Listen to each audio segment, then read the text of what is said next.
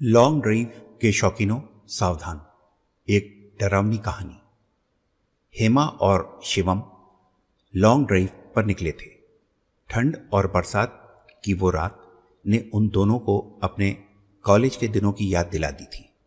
College के दिनों में शिवम अक्सर अपनी कार लेकर आता था और हेमा को उसके हॉस्टल से निकाल कर जाया करता था। बरसात की रात थी और सड़क भी खाली थी। शिवम पुराने गाने बजा रहा था और दोनों इस रात का अच्छे से मजा ले रहे थे। हेमा ने शिवम से कहा कि आप ये गाने बजाना बंद कर दीजिए और मुझे अपनी आवाज में गा के सुनाइए। शिवम ने गाने बंद कर दिए और वो खुद गाने लगा। साथ में हेमा ने भी गाना शुरू कर दिया। अब दोनों साथ में गाना गा रहे थे और अपने लॉन्ग ड्राइव का मजा ले रहे थे। अचानक शिवम का ध्यान सामने गया। शिवम को कुछ परछाई सी दिखी और वो जब तक अपनी गाड़ी मोड़ता तब तक वो परछाई उनकी गाड़ी से जोर से टकरा गई। शिवम ने तुरंत ब्रेक लगाए। अचानक हुई इस घटना से हेमा डर जाती है। वो डरते हुए शिवम से पूछती है, शिवम क्या हुआ? हमारी गाड़ी से क्या टकराया? शिवम ने हेमा से कहा कि तुम शांत हो जाओ और डरो मत। मुझे पता नहीं क्या टकराया। अचानक से कुछ सामने आया। मुझे ऐसा लगता है कि शायद कोई जानवर होगा। रास्ता पार करने के चक्कर में हमसे टकरा गया होगा। तुम यहीं बैठो, मैं देखकर आता हूं। शिवम गाड़ी से बाहर निकला। जैसे ही उसने गाड़ी के आगे पहुंचकर देखा, वैसे ही उसके होश उड़ गए और वो बुरी तरह से कांपने लगा। शिवम थोड़ा नीचे झुका और फिर से खड़ा हो जाता है। शिवम की शक्ल पर खौफ दिखाई दे रहा था। अपने पति की शक्ल पर खौफ देखकर हेमा काफी डर गई थी और उसे पता चला गया था कि कुछ तो बुरा जरूर हुआ है। काफी समय तक दोनों के बीच में खामोशी रही। उस वक्त रास्ते पर बरसात की आवाज के सिवा और कोई आवाज नहीं आ रही थी।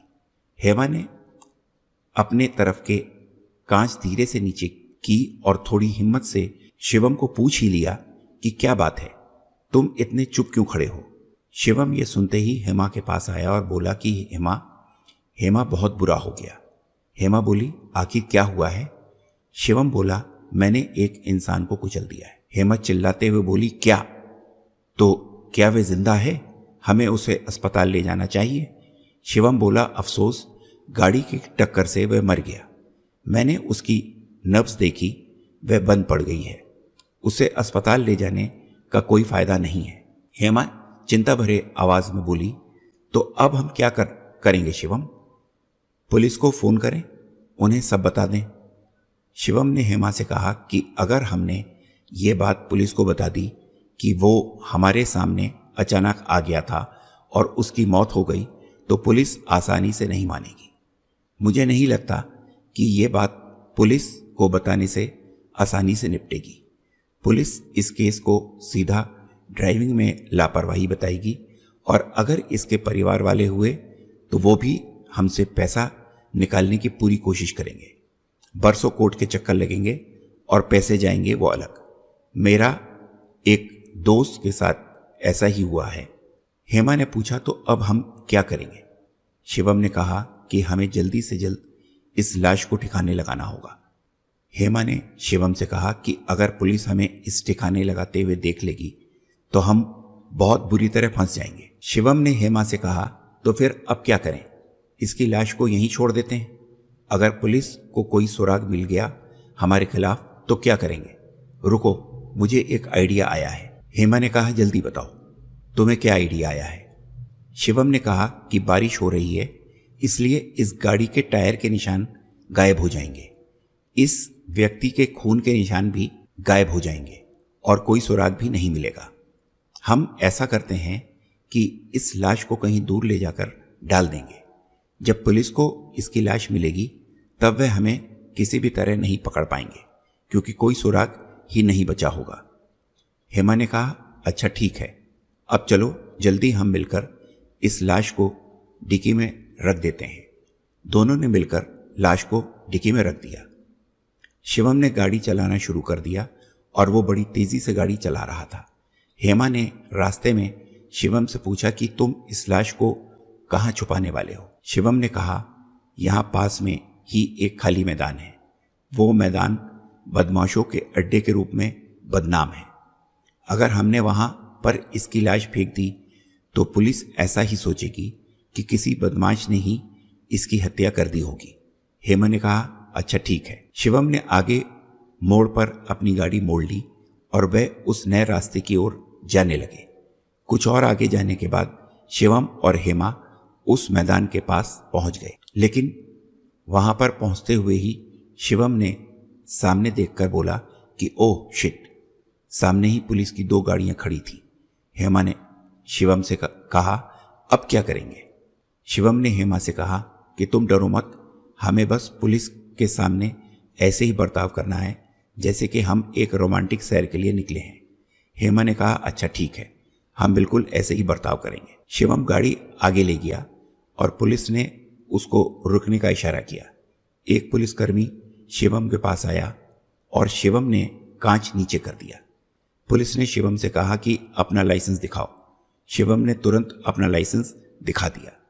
पुलिस ने शिवम से पूछा, ये कौन है? आपकी पत्नी? इतनी रात यहां क्या कर रहे हो? तुम्हें पता नहीं है कि यह जगह खतरनाक है? अपने डर को हंसी के जरिए छुपाते हुए शिवम ने पुलिस से कहा कि जी, ये मेरी पत्नी है, यह है इनका आईडी। हम दोनों लॉन्ग ड्राइव के लिए निकले थे। मुझे लगता है कि मैंने गलत टर्न ले लिया। पुलिसकर्मी ने कहा, अच्छा ठीक है, पर दोबारा यहां मत आना।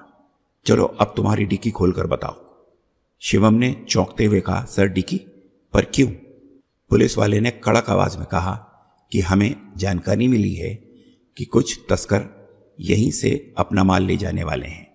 हमें जांच तो करनी पड़ेगी। चलो गाड़ी की डिक्की खोलो।